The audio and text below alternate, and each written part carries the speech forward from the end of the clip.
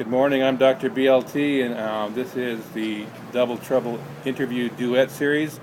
Jerry and I just did a duet called Half the Beatles Heard My Name, and now I want to kind of use that as a lead-in to our interview.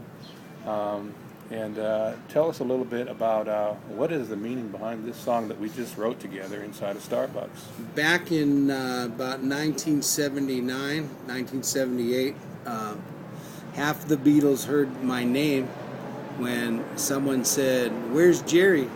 And they were asking about me. They were asking my old guitar player who was playing at the place called the Imperial Gardens on the Sunset Strip, and Bud Cort, who was in Harold and Maude, a long friend of mine for many years. He was with George Harrison and Ringo Starr, and they were eating, and Bud had asked Glenn Nishida, "Where's Jerry?" Because I wasn't in the band anymore, but I had moved to Minnesota and to do some work with my brother, some musical projects and other things.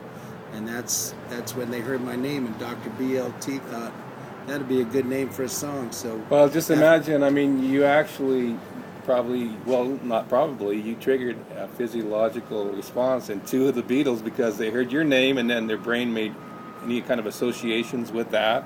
So you actually triggered the sympathetic membranes in both of those Beatles and played their eardrums, you might say. Yes, and of course George is no longer with us. We miss him. And, absolutely.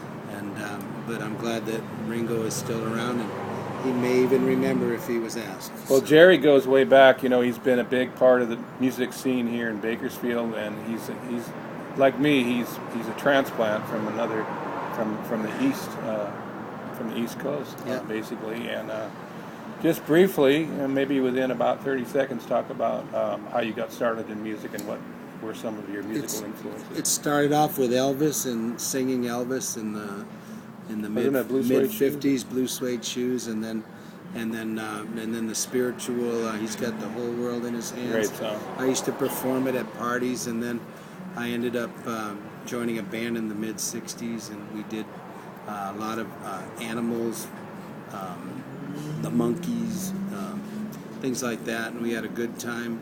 I was the lead singer, and then I went to Hollywood High School, and we used to play the dances at Hollywood High.